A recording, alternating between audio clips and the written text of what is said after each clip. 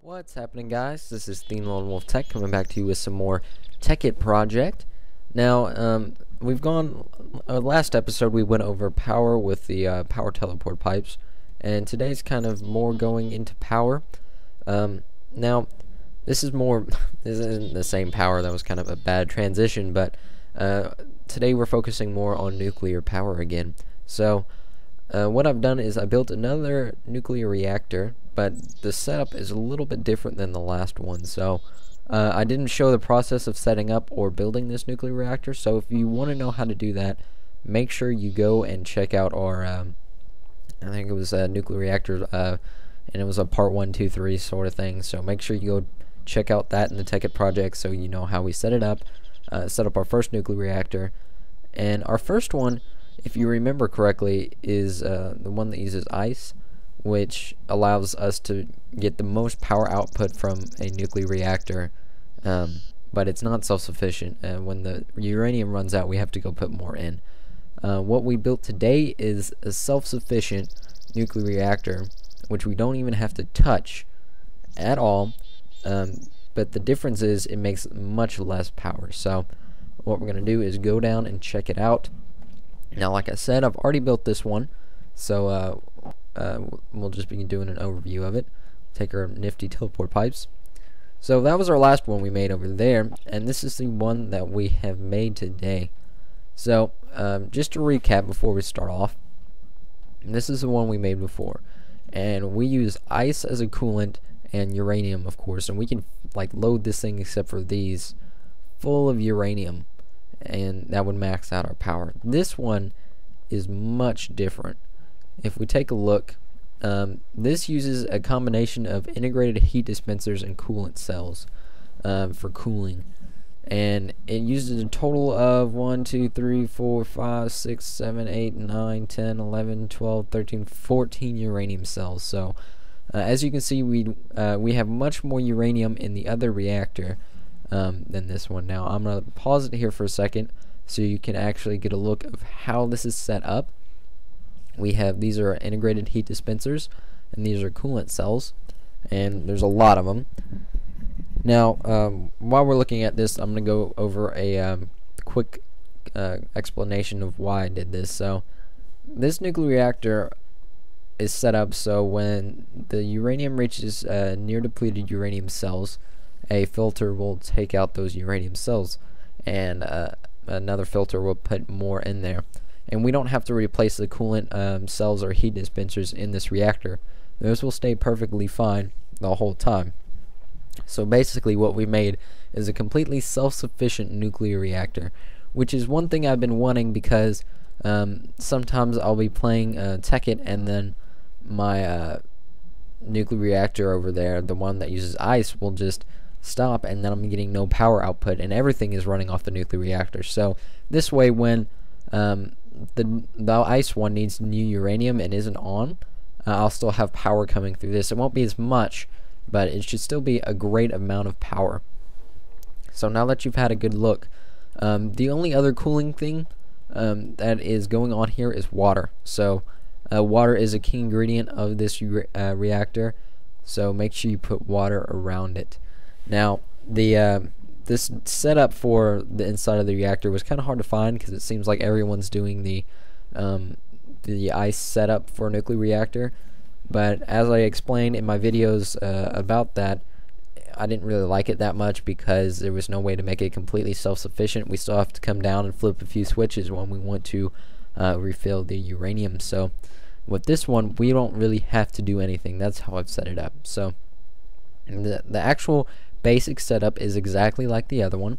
This is the same dimension of a housing, except we have this concrete, it's reinforced stone on top, and that one we didn't. But this one also has a thermometer. Now this one technically doesn't need a thermometer, but I went ahead and put one on there just because of safety reasons. I had another one, so I didn't see a reason why not to put it on there. So in case anything does go drastically wrong, it will not blow up anyway, and the thermometer will shut it off.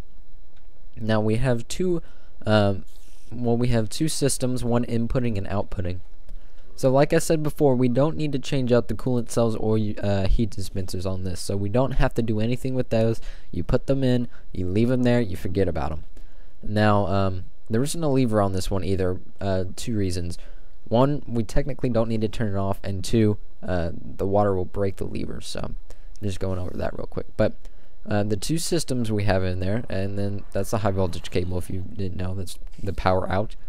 The 2 systems is this filter right here, which I can't click on, but this filter is filtering out near depleted uranium cells. So near depleted uranium cells look exactly like this. So in that filter, I have it set to take out any near depleted uranium cells, and that is on a timer right up here. I wanted to put a timer over there, but for some reason it was really glitching up, so I just put a simple timer here that is on, you know, just a 2-second clock rate. And then what's going to happen is when these uranium cells get used up, they become eventually near depleted uranium cells. You can see the ID marker ticking up. Now it's going to tick up until it reaches a near depleted uranium cell, and at that point this filter's going to say, oh, there's a near depleted uranium cell, I'm going to take that out. It's going to go up this pipe, down over here, and into this chest, which if you watch any of my other videos, this is where all the used up uranium goes, and eventually we'll turn that into some system, but it's just sitting there for now. So that's how we get the uranium out when it gets used up. Now to get it in, we have this system over here. Now if you don't know what this is right here, this is our facility for making uranium. Make sure you go back and watch the previous videos on the nuclear reactor to see how we set this up. But basically this building right here makes uranium, and this uranium gets put into this chest, which I can't open, and then this filters out the uranium, which I didn't put any item in here because all that goes in this chest is uranium cells. So this is going to filter out the uranium cells, and there's a simple timer here. It's going to go up this pipe through the top of the reactor, which you can't really see where it goes in. Well, you can see there, and it goes down right into the top up there, and then that's going to filter in fresh, brand new uranium cells. Now here's the thing, okay, first off, quick overview. You do this setup, you put the uranium in. After a while, this uranium's going to be come near depleted uranium cells. This filter's going to take it out, put it into a chest, and then this filter's going to take out a new one because there's an available slot in the reactor. It's going to take out a new uranium cell and put it in. Plain and simple, is going to work perfectly. The only problem with this setup is there is a possibility I will run out of uranium cells in there, which isn't that much of a big deal because I just got to flip this switch and they start making. But that's one thing I can always check when I have to refill the other one. And then again, these systems do still work if we put some redstone. I guess we can put right here. All I have to do is move the switch up, and then this will still work for the other reactor. So these systems aren't broken for the other reactor, except this pipe's kind of messed up. But yeah, we just move a switch over there and it's still going to work perfectly fine. So basically we have these 2 systems running, and that's going to give us, you know, power. The only problem I might have is these might not all run off the same wire because of the extreme voltages. But that's one thing I'll worry about when we build our next ice reactor. But my idea for this place is we're going to have 2 of these perfectly safe reactors that are self-sufficient, and then another one of these perfectly safe ice reactors. So we're going to have 2 self-sufficient and 2 ice reactors, which is going to be pretty neat. So that's the basic setup. If you have any questions or concerns, you can go ahead and leave a comment on this video, and I'll be happy to go over them. But yeah guys, that's basically a self-sufficient, never have to worry about nuclear reactor. It's gonna run perfectly fine, you know, save power, all that good stuff. So if you liked the video, please like and subscribe to the Tekkit project, and I will see you later.